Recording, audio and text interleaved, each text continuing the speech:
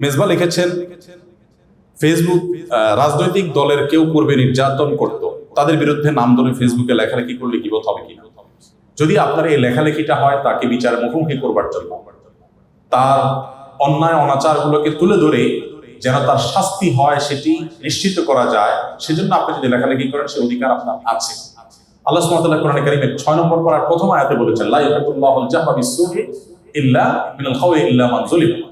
কোন মন্দ কথা প্রসার আল্লাহ পছন্দ করেন না, তবে যিনি নির্যাতিত, যিনি মাজলুম, তার জুলুমের কথা সে মানুষকে বলার অধিকার তার আছে। এরপরে প্রশ্ন করেছেন নাহিদা হিমু, আপনি লিখেছেন, কি ধরনের হাসি ঠাট্টা জায়েজ? অনেকে কথা বলার সময় যে গালি দেয়, বাজে শব্দ ব্যবহার করে, এগুলোতে করণীয় কি? দেখুন, কোনোভাবেই একজন মুসলমানের জন্য মিথ্যা কথা বলে কোনো হাস্যরস করার, বিনোদন করার, কৌতুক করার কোনো সুযোগ নেই। আমরা অনেক সময় দেখি যে এগুলো হয়। সোশ্যাল মিডিয়াতে কিছু ভিডিও ক্লিপ আপনারা হয়তো দেখে থাকবেন, একজন হয়তো বসে আছে পুকুরের পাড়ে, তারই কোনো একজন ফ্রেন্ড, দোস্ত তাকে এসে ধাক্কা দিয়ে ঠান্ডার সময় পুকুরে ফেলে দিয়েছে, সে পড়ে গেছে, আর হা হা করে সবাই হাসছে। আমরা এই সমস্ত ভিডিও দেখে বেশি এনজয় করি, তাই না? আমাদের নিজেদের অজান্তে আমাদের মনুষ্যত্ব কিন্তু হারিয়ে যাচ্ছে এভাবে। এটা তো আসলে কোনো আনন্দের উপলক্ষ হতে পারে না। মানুষ ফান করবে, আনন্দ করবে, কিন্তু আনন্দ করে সে মিথ্যা কথা বলবে, একজন মানুষের কষ্ট দিয়ে আনন্দ পাবে, একটা পাখিকে, একটা পশুকে নির্মমভাবে মেরে আনন্দ পাবে, এটা তো কখনো গ্রহণযোগ্য হতে, কোনো সভ্যতা হতে পারে না। আমাদের দেশে একটা খেলা বেশ জনপ্রিয়, এখনো কোনো কোনো অঞ্চলে আছে, আপনারা জানেন, ষাঁড়ের লড়াই হয়। ষাঁড়ের লড়াইয়ে যে নির্মমতা হয়, যে করুণ দৃশ্যের অবতারণা হয়, এটা কোনো সভ্য সমাজের গ্রহণযোগ্য কোনো লড়াই হতে পারে না, বাট সেটাকে আমরা অনেকে বেশি এনজয় করছি।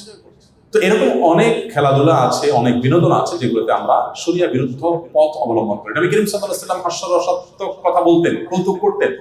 তিনি একবার এক সাহাবী বললেন, ইয়া রাসূলুল্লাহ, আমাকে একটা উট দিবেন আপনি, আমি বাহন হিসেবে ব্যবহার করতে চাই। নবী করিম সাল্লাল্লাহু আলাইহি ওয়াসাল্লাম বলেছেন, তোমাকে আমি একটা উটের বাচ্চা দেব।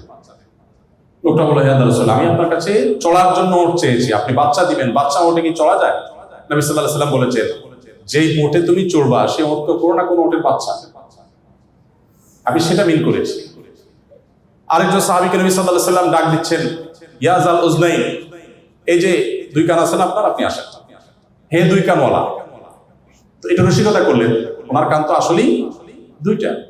নবী করিম সাল্লাল্লাহু আলাইহি ওয়াসাল্লামের জীবনে অনেক হাস্য রস করতেন, কিন্তু সে কখনো মিথ্যা কথা বলে নয়। আমরা অবশ্য মিথ্যা কথা বলে, ফান করে অনেক অন্যায় কথা বলে। নবী সাল্লাল্লাহু আলাইহি ওয়াসাল্লাম বলেছেন, রসিকতা করেও যদি কেউ মিথ্যা পরিহার করতে পারে, ওই ব্যক্তিকে আল্লাহ রাব্বুল আলামিন জান্নাতের একেবারে সেন্টার পয়েন্টে একটি প্রাসাদ, জান্নাতি প্রাসাদ দান করবে, অনন্ত অসীমকালের জন্য সে নিয়ামত সে ভোগ করতে যাবে। এই জন্য কোন অবস্থাতে একজন মুসলমানের জন্য জায়েজ নাই।